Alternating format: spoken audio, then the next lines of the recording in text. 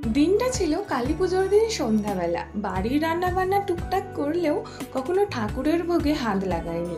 ঠাকমা আর মাই সবসময় করে। আর সেই জন্য আজ কালী পুজোর দিন সন্ধ্যাবেলা শুয়ে থাকতে থাকতে হঠাৎ মনে হলো যে না, আজকে তো সেই লুচি আলু ভাজা করছে, আমিই বরং করে ফেলি। আর ক্যামেরা অন করবো বলে জেঠিমাকে বললাম তুমি আলু ভাজাটা তোলো। আর ঠাকমা পরে সিমুই বানিয়ে নিয়েছিল। আর বাড়ির পুজো বলে কথা, একটু শাড়ি না পরলে হয়? আমরা 4 বোন মিলে ফটো তুলবো বলে চলে গিয়েছিলাম জেঠুদের বাড়ি। আর জেঠুর মেয়ে, কাকার মেয়ে, আমার বোন সবাই কিন্তু এই প্রদীপটা ফুল দিয়ে সুন্দর করে সাজিয়ে নিয়েছিল। তারপর আমি গিয়ে পটাপট ফটো তুললাম এবং ওদেরও তুলে দিলাম।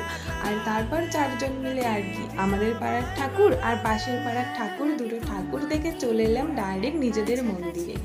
তারপর এসে দেখলাম সব দাদুরা এখানে বসে গল্প করছে, ঠাকমা এখানে ঠাকুরের জিনিসপত্র গোছগাছ করছে, জেঠিমা ফল কাটছে, আর বাউন ঠাকুরও শেষমেশ চলেই এসেছে। আর আমাদের বাড়ির পুজো রাত 10টা নাগাদ শুরু হয়, কিন্তু শেষ হতে হতে হয়ে যায় একদম ভোর। যদিও 10টার সময় বললে কখনো 10টায় শুরু হয় না, কারণ বাউন ঠাকুর এসে সব গোছগাছ করে পুজো শুরু করতে করতে সেদিন বেজে গিয়েছিল প্রায় 11:30। আর এই যে কাকা ফানুস ওড়াচ্ছে আর আমি এখানে এসে বসে বসে ঢুলছি, কি ঘুম পাচ্ছে, কিন্তু অঞ্জলি তো এখনো হয়নি।